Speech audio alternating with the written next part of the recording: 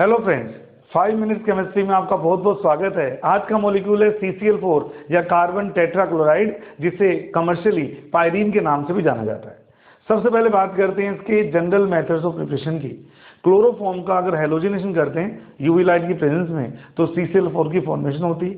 Second reaction बहुत important है, जब कार्बन डाइसल्फाइड को क्लोरीन के साथ ट्रीट किया जाता है तो पहले CCl4 और H2Cl2 सल्फर मोनोक्लोराइड की फॉर्मेशन होती है और ये H2Cl2 वापस कार्बन डाइसल्फाइड से रिएक्शन करके कार्बन टेट्राक्लोराइड और सल्फर की फॉर्मेशन करता है। आइए बात करते हैं इसकी प्रॉपर्टीज की। सबसे पहले CCl4 से हम फ्रियोन की फॉर्मेशन करते हैं। फ्रियोन को CFC या क्लोरोफ्लोरोकार्बन भी कहते हैं। जब कार्बन टेट्राक्लोराइड की रिएक्शन एंटीमनी ट्राइफ्लोराइड से की जाती है तो फ्रियोन्स की फॉर्मेशन होती है। फ्रियोन्स बेसिकली क्लोरोफ्लोरोकार्बन्स हैं जिनकी नेमिंग बड़ा इंटरेस्टिंग है। फ्रियोन के नाम के आगे 3 नंबर लिखे होते हैं जिसको मैं ABC से डिनोट कर रहा हूं। A क्या है? कार्बन का नंबर -1, B क्या है? हाइड्रोजन का नंबर +1 और C क्या है? फ्लोरीन का नंबर। आइए देखते हैं। इस मॉलिक्यूल में कार्बन 1 है तो 1 - 1 0, तो पहला नंबर आता है 0। सेकेंड, इस मॉलिक्यूल में हाइड्रोजन 1 भी नहीं है तो H कितने आ जाएंगे? 1, तो वापस क्या आ गया? 0 के बाद 1, और आप देख रहे हैं इसमें 2 फ्लोरीन है तो 0 1 2 is the naming of Freon.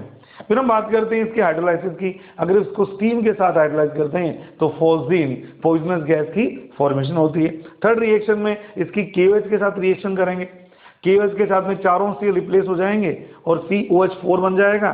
फिर 2 वाटर मॉलिक्यूल के निकलने से पहले बनती है CO2 और CO2 आप जानते ही एल्केलाई से रिएक्शन करके फाइनली K2CO3 सॉल्ट बना देती है। उसके बाद है इसकी रिडक्शन की बारी। जब हम CCl4 को जिंक और वाटर के साथ में रिड्यूस करते हैं तो क्लोरोफॉर्म की फॉर्मेशन होती है। और last but very important reaction, in Reimer Tiemann reaction, if you use phenol and CCl4 with alkali instead of CaCl3 we get orthosalicylic acid। तो राइमर-टिमान रिएक्शन में अगर क्लोरोफॉर्म यूज की जाती है तो ऑर्थोसैलिसिल एल्डिहाइड बनता है और CCl4 यूज किया जाता है तो ऑर्थोसैलिसिलिक एसिड बनता है। आइए बात करते हैं इसके यूजेस की। इसका यूज ड्राई क्लीनिंग पर्पज में किया जाता है। ऑर्गेनिक सोलवेंट है, बहुत इंपॉर्टेंट।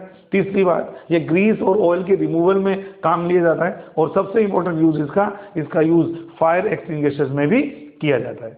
जहां तक बॉडी में पड़ने वाले हार्मफुल इफेक्ट्स का सवाल है, ये नोशिया क्रिएट करता है यानी कि सेंसेशन ऑफ वॉमिटिंग क्रिएट करता है, लाइट हेडेडनेस क्रिएट करता है, डिजीनेस क्रिएट करता है। डिजीनेस का मतलब होता है चक्कर आते हैं पेशेंट को, और लाइट हेडेडनेस का मतलब होता है वो फेंट होने वाला है, बेहोशी हालत में आने वाला होता है। इससे हार्ट बीट भी इरेगुलर हो जाती है और ज़्यादा लंबे टाइम तक अगर इसको इनहेल कर लिया जाए तो पर्सन की डेथ भी हो सकती है। तो 5 मिनट्स केमिस्ट्री में इतना ही आज के लिए। अगले टॉपिक के लिए आपसे फिर मिलेंगे। Thank you so much.